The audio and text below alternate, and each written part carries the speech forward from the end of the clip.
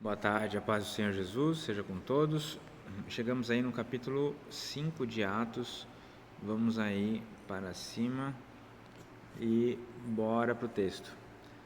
Diz assim a palavra do Senhor.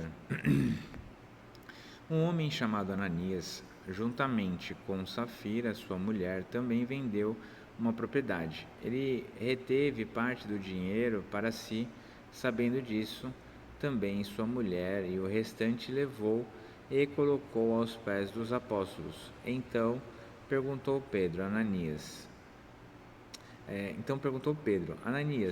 como você permitiu que Satanás enchesse o seu coração, a ponto de você mentir ao Espírito Santo e guardar para si uma parte do dinheiro que recebeu pela propriedade? E ela não lhe pertencia, e, depois de vendida, o dinheiro não estava em seu poder. O que levou a pensar em fazer tal coisa? Você não mentiu aos homens, mas sim a Deus. Ouvindo isso, Ananias caiu e morreu. Grande temor apoderou-se de todos os que ouviram o que tinha acontecido. Então os moços vieram, envolvendo seu corpo, levaram-no para fora e o sepultaram. Cerca de 3 horas mais tarde entrou sua mulher, sem saber o que havia acontecido. Pedro lhe perguntou: Diga-me, foi esse o preço que vocês conseguiram pela propriedade? Respondeu ela: Sim, foi esse mesmo. Pedro lhe disse: Por que vocês entraram em acordo para tentar o Espírito do Senhor? Veja, estão à porta os pés dos que sepultaram seu marido, e eles a levaram também. Naquele mesmo instante, ela saiu aos pés dele e morreu. Então os moços entraram e, encontrando-a morta, levaram-na e a sepultaram ao lado de seu marido.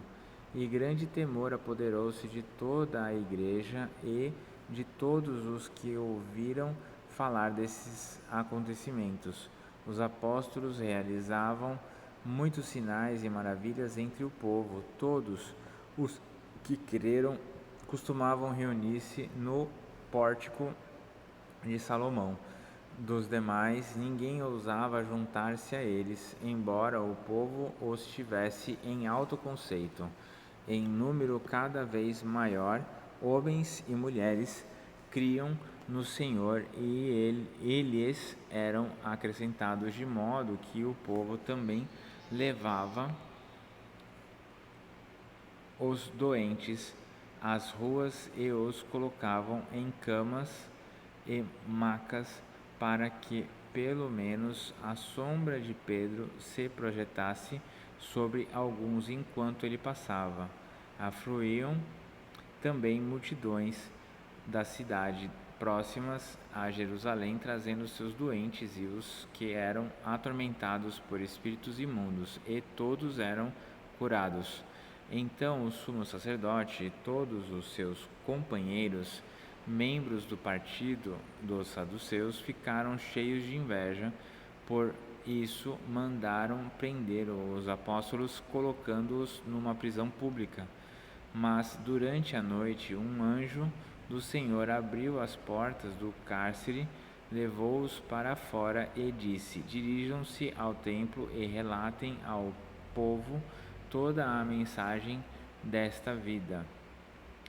Ao amanhecer, eles entraram no pátio do templo como haviam sido instruídos e começaram a ensinar o povo. Quando chegaram o sumo sacerdote e os seus companheiros, convocaram o sinédrio, toda a assembleia dos líderes religiosos de Israel, e mandaram buscar os apóstolos na prisão. Todavia, ao chegarem à prisão, os guardas não os encontraram ali. Então voltaram e relataram: encontramos a prisão trancada com toda a segurança, como os guardas diante das portas, com os guardas diante das portas, mas quando as abrimos não havia ninguém. Diante desse relato, o capitão da guarda do templo e os chefes dos sacerdotes ficaram perplexos, imaginando o que teria acontecido. Nesse momento chegou alguém e disse: os homens que os senhores puseram na prisão estão no pátio do templo ensinando o povo. Então, indo para lá com os guardas, o capitão trouxe todos os apóstolos, mas sem o uso de forças, pois temiam que o povo os apedrejassem. Tendo levado os apóstolos, apresentaram-nos ao sinédrio para serem interrogados pelo sumo sacerdote, que lhes disse: demos ordens expressas a vocês para que não ensinassem neste nome. Todavia, vocês encheram Jerusalém com sua doutrina e nos querem tornar culpados do sangue desse homem. Pedro e os outros apóstolos responderam: é preciso obedecer antes a Deus do que aos homens. O Deus dos nossos antepassados ressuscitou Jesus, a quem os senhores mataram, suspendendo-o no madeiro.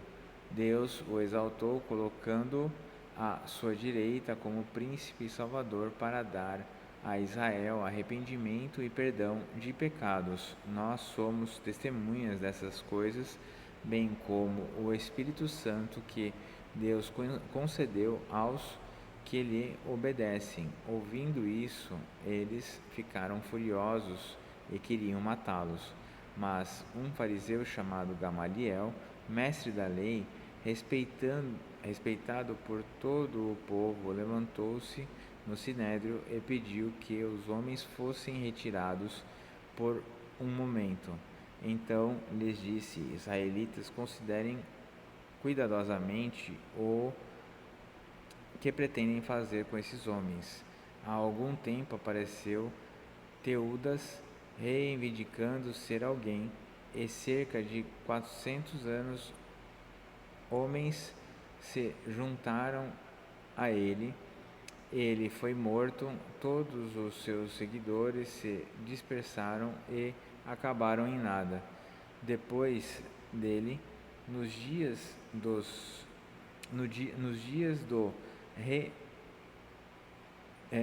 do recenseamento, apareceu Judas, o galileu, que liderou um grupo em rebelião, e ele também foi morto e todos os seus seguidores foram dispersos. Portanto, neste caso, eu os aconselho, deixem esses homens em paz e soltem-nos. Sem o propósito ou atividade deles for de origem humana, fracassará.